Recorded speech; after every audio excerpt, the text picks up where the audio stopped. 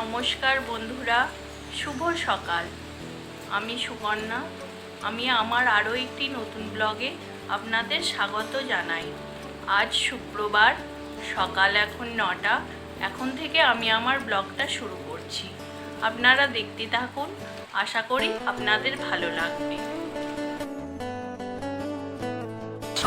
প্রচুর বৃষ্টি হচ্ছে আমাদের এখানে। দেখুন বাইরে কি বৃষ্টি পড়ছে।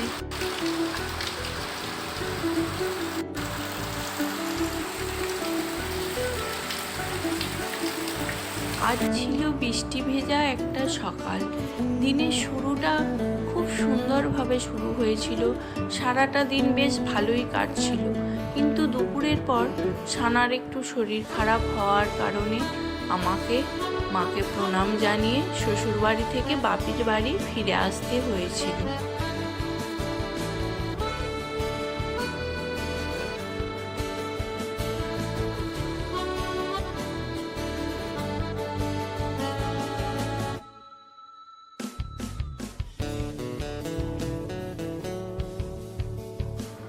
এই মাঠটি দেখছেন, এটা হলো দেউলপাড়া স্কুলের মাঠ। এখানে বাচ্চারা সকলেই সবসময় খেলা করে। আর এই যে মন্দিরটি দেখছেন, এটি হচ্ছে বিশালক্ষী মায়ের মন্দির। খুবই জাগ্রত মন্দিরটা, খুব ধুমধাম করে পূজা হয়। আর জানেনই তো, দেউলপাড়ায় কিছু কিছু জিনিস আছে যে খুবই নামকরা, যেমন দেউলপাড়ার রথ, দেউলপাড়ার পোস্ট অফিস, দেউলপাড়ার বুদ্ধ মন্দির। আজকে চলুন আপনাদেরকে রথটা দেখাই। এই যে দূর থেকে দেখতে পাচ্ছেন, এটি হলো দেউলপাড়ার রথ। রথের সময় দেউলপাড়ায় না খুব ধুমধাম করে রথ হয়, প্রচুর মানুষজন আসেন। দেউলপাড়ার এই মাঠটি দেখালাম, এই মাঠটি প্রচুর মানুষের সমাগম ঘটে এবং রথটি টানা হয়। আর একটা জিনিস দেখাই চলুন, সেটি হলো দেউলপাড়া স্কুল। এটিও খুব নামকরা। দেউলপাড়া স্কুলে হয়তো কোনোদিনও ভিতরে গিয়ে দেখাবো, আজ বাইরে থেকেই দেখালাম। স্কুলটা না খুব বিরাট, আর ছোট্ট থেকে বড় অবধি সকলেই পড়াশোনা করে। মানে প্রাইমারি স্কুল থেকে হাই স্কুল এই স্কুলটার ভিতরেই আছে। এই যে স্কুলটি দেখতে পাচ্ছেন, এই স্কুলে না আমারও হাজবেন্ড পড়াশোনা করেছে।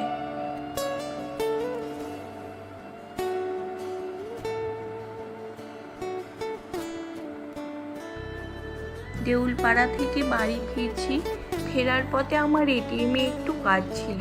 কাজটা কমপ্লিট করার পর বেরিয়ে আসার পর মা বললেন, এই এটিএমের উপরেই নাকি পোস্ট অফিসটা, তাই আপনাদেরও একটু পোস্ট অফিসটা দেখিয়ে দিলাম।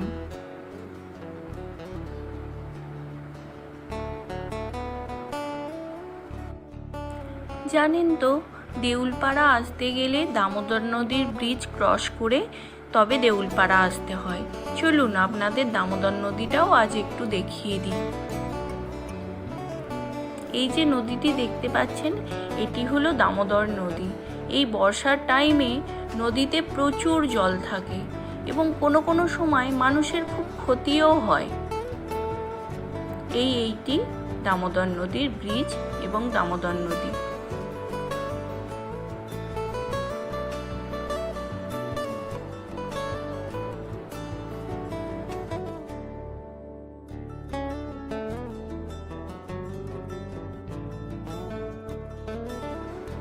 আমরা তারকেশ্বর বাস স্ট্যান্ড এসে পৌঁছালাম। এখন তো তারকেশ্বরে শ্রাবণী মেলা চলছে, তাই শ্রাবণী মেলা হওয়ার কারণে তারকেশ্বরে একটু ভিড় আছে। এবার আমরা এখান থেকে বাস ধরে সোজা বাপের বাড়ি পৌঁছাবো। এই যে এটা হলো বাস স্ট্যান্ড।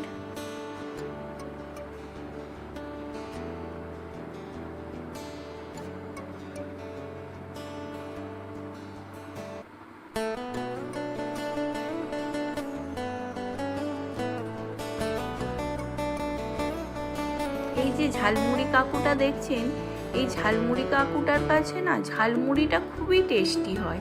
প্রত্যেকবারে যখন এখানে আসি তখন একবার করে হলেও কাকুটার কাছ থেকে ঝালমুড়ি খাই।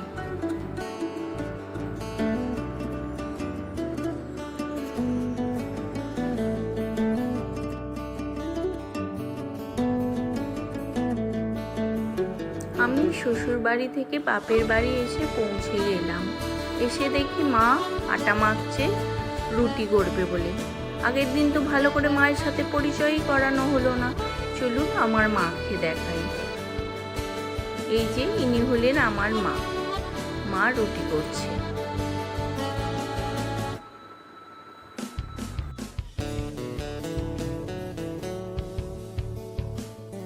বলছো বলো। সানা দিদির কাছে যাবে তুমি? সানা দিদি কি করছে?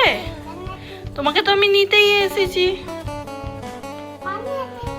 তোমাকে তোমার ড্যাডি জল আনতে বললো, এনে দিয়েছো? ড্যাডি যাবে না? ও, আমি কে হই বলো? আমি কে হই বলো? মনি হলে বাবালে। হ্যাঁ তো। এই যে আমার ছোট্ট ভাইপোটা। আমি তোমার কে হই বলো বাবা? রিশান তুমি। আর আমি কে হই? আমি কে হই? আমি কে হই বলো?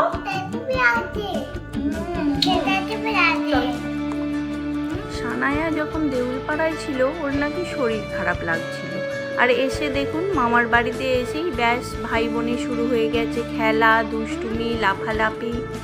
দু ভাই বোনের সারাটা দিন এই সবই করতে থাকে।